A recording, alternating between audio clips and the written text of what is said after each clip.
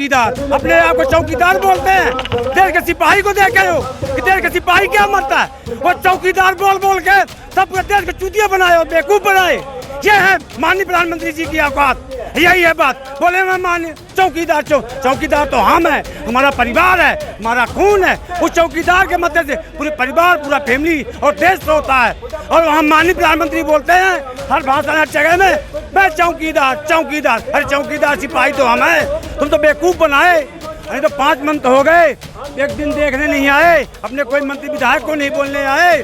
यहीं vote banking के लिए कोई शहीद हो जाए, कुछ भी हो जाए, टोलियां भर भर के भर बता दूं, आंसू रोएंगे कि मंत्री पहुंचे, ये विधायक पहुंचे। और जब भी उनकी सतना से आया हूँ और ये मेरा चौथी बार लगातार जितनी यहाँ बड़ी रैलियाँ हुई हैं 20 फरवरी से चल रहा है, लगभग 5 महीने होने आया है। ये एक बड़ा आंदोलन का, इसके बाद कुछ नया होगा अगर सरकार हमारी बात नहीं मानती है तो, क्योंकि हम सरहद को सिपाही हैं कि जो निस्वार्थ अपने धर्म को, अपने कर्म को, अपने घर वालों को छोड़कर बॉर्डर में सरहद में ड्यूटी देकर करते हैं। आज ऐसी हमारी स्थिति हो गई कि जंतर मंतर और देश के हर रोड पे हम लोग आ चुके हैं। यहाँ से कम 500 मीटर की दूरी पे वो, ऐसी बात तो नहीं कि माननीय प्रधानमंत्री को सुनाई नहीं दे रहा होगा या रक्षा मंत्री के, आखिर वो क्यों नहीं बोल रहे? सिर्फ आज 5 महीने में एक शब्द भी सैनिक के लिए नहीं बोले, जबकि वो हमारे साथ ग्लेशियर में जलेबी और पकौड़े खाने जाते हैं, सारी चीज़ें होती। मैं यही भी नम्र निवेदन करता हूँ कि ये जनसाल आप देख के, और जो इनकी मांग है, हमारा कोई अनलीगल मांग नहीं है, MSP है, वॉर विडो पेंशन है, और ये 2-3 हमारी मुख्य मांगे हैं। इस भीड़ को आप देख रहे होंगे, पूरी भारतवर्ष की पूर्व सैनिक है, उनका परिवार सरेआम ऐसी सरकार का विद्रोह करेगी। और जो इस देश के सैनिक से प्यार करते हैं वो भी कह रहे हैं कि ऐसी सरकार का हम आगे चल के विरोध करेंगे।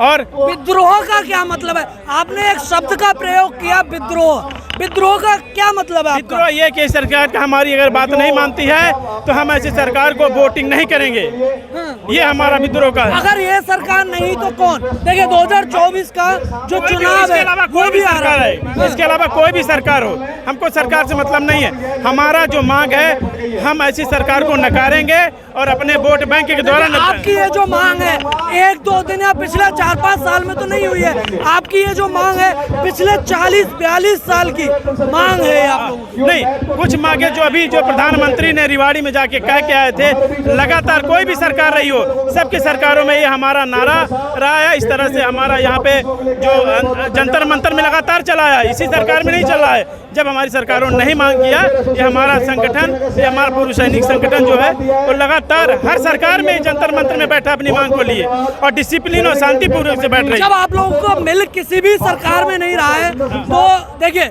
अगर मैं बात करूं कि तमाम जो लोग हैं, है ना, उस तरीके से इतने लंबे समय से चली आ रही है आपकी ये जो मांग है ना, कोई किसी ने भी आपकी ये मांग पूरी नहीं की अभी तक। हर तरीके की सरकार बन चुकी है, चाहे वो 1990 के दशक में यूनाइटेड फ्रंट की हो, उसके बाद में अटल बिहारी वाजपेयी की हो, उसके बाद में चाहे वो मनमोहन सिंह की हो, अब नरेंद्र मोदी है, उन्होंने एटलीस्ट 1 रैंक 1 पेंशन तो दिया, उसमें विसंगतियां हुई, उसके खिलाफ आप लोग यहाँ पर प्रदर्शन कर रहे हैं।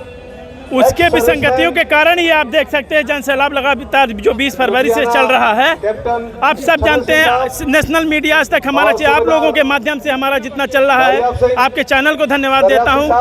और जो विसंगतियों के कारण ये नौबत आ गई कि पूरे देश के, आप देख सकते हैं कि ऐसा कोई देश का, भारतवर्ष का, जिसके फौजी ना हो, सबसे आपने बात की होगी, सबने अपना अपना सुझाव दिया होगा। इसी के साथ मैं जी, सरकार से आए हैं। मैं छतरपुर मध्य प्रदेश से आया हूँ, मध्य प्रदेश छतरपुर जिले से। तमाम जो विसंगतियां हैं वो जो सरकार है वो आप लोगों की क्यों नहीं सुन रही?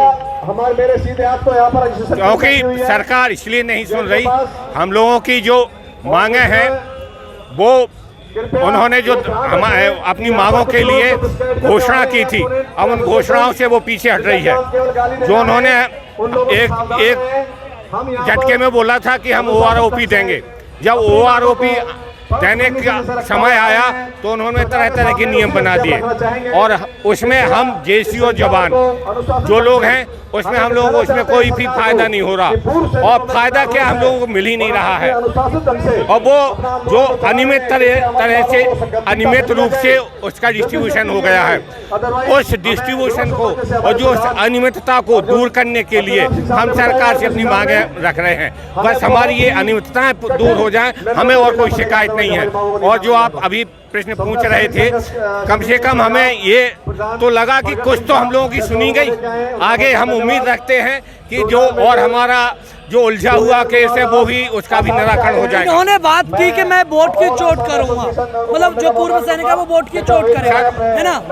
अगर आपको इस सरकार पर भरोसा नहीं है तो कौन सी और सरकार है जिस पर आप भरोसा करें? सर, वोट की चोट हमारा आखिरी हथियार है, वो तो हमारा हमें करना ही है। जब नहीं कोई सुनेगा तो वही हमारे लोकतंत्र में हमारी शक्ति एक ही होती है और उसी शक्ति को प्रदर्शित करने के लिए हम लोग अभी आपने बोला कि वोट की चोट है वो आपका हथियार है, बिल्कुल आपका हथियार है, लेकिन लगभग 40-42 साल से जो आपकी मांगे पेंडिंग थी, आपने खुद नहीं बोला कि इस सरकार ने एटलीस्ट हमें दिया। जी बिल्कुल बिल्कुल, लेकिन उसमें अनियमितताएं हो गई। अब जो अनियमितता दूर करेगा, जो आश्वासन देगा, हमारा वोट हमारे पूरे सैनिक परिवारों का, जो हमारे रिश्तेदारों का, जो हमारी ताकत है, उन सब के वोट का हम उपयोग करेंगे अपनी जो अनियमितताएं उनको दूर करने के लिए। और वो सरकार जो सरकार ये सरकार यदि करके देती है या दूसरी सरकार हमें आश्वासन देती है तो हम उसके साथ चले रहेंगे।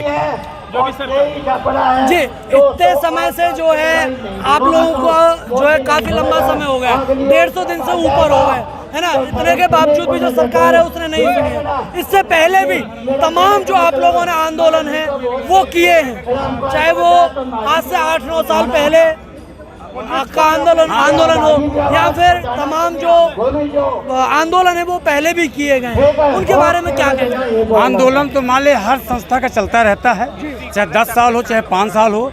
माननीय मुख्यमंत्री जी की बारी से जाके वन पेंशन और रैंक विधवा और DSP और MSP के बारे में सब एक समानता के लिए बात बोले थे। आज इनको 5 साल होने जा रहे हैं, ये सिर्फ झूठे वादे किए और झूठे बातें करके चले आते। आज हमारे 5 महीने से बैठे हुए यहाँ भूतपूर्व सैनिक बैठे हुए हैं, पूरे सैनिक सब परिवार बैठा हुआ। क्या सरकार और मीडिया नहीं जानती, नेशनल मीडिया नहीं जानती कि और हर चीज़ों की जगह हर जगह नेशनल मीडिया पहुँच जाती, नेशनल मीडिया पहुँच। आज तक हमारे इस धरने में और हमारे इस प्रोग्राम में नेशनल मीडिया नहीं आई, न ABP न्यूज आया, न न्यूज आया, न कुछ आया। क्या PM साहब को और माननीय प्रधानमंत्री जी की आवाज़ नहीं पहुँचती है? रोज नेटवर्क नहीं पहुँचता है कि भूतपूर्व सैनिक एक देश के सिपाही और देश का चौकीदार अपने आप को चौकीदार बोलते हैं। देश के सिपाही को देखे हो कि देश के सिपाही क्या मरता है? वो चौकीदार बोल बोल के सब देश को चूतिया बनाए और बेवकूफ बनाए। ये है माननीय प्रधानमंत्री जी की औकात, यही है बात। बोले मैं माननीय चौकीदार चौकीदार तो हम है, हमारा परिवार है, हमारा खून है। उस चौकीदार के मदद से पूरे परिवार, पूरा फैमिली और देश होता है। और हम माननीय प्रधानमंत्री बोलते हैं हर भाषण हर जगह में, मैं चौकीदार चौकीदार। अरे चौकीदार सिपाही तो हम है, तुम तो बेवकूफ बनाए। अरे तो 5 मंथ हो गए, एक दिन देखने नहीं आए, अपने कोई मंत्री विधायक को नहीं बोलने आए। यहीं वोट बैंकिंग के लिए कोई शहीद हो जाए, कुछ भी हो जाए तो लिया भर भर के भर आंसू रोएंगे कि मंत्री पहुंचे, ये विधायक पहुंचे। और जब भी उनकी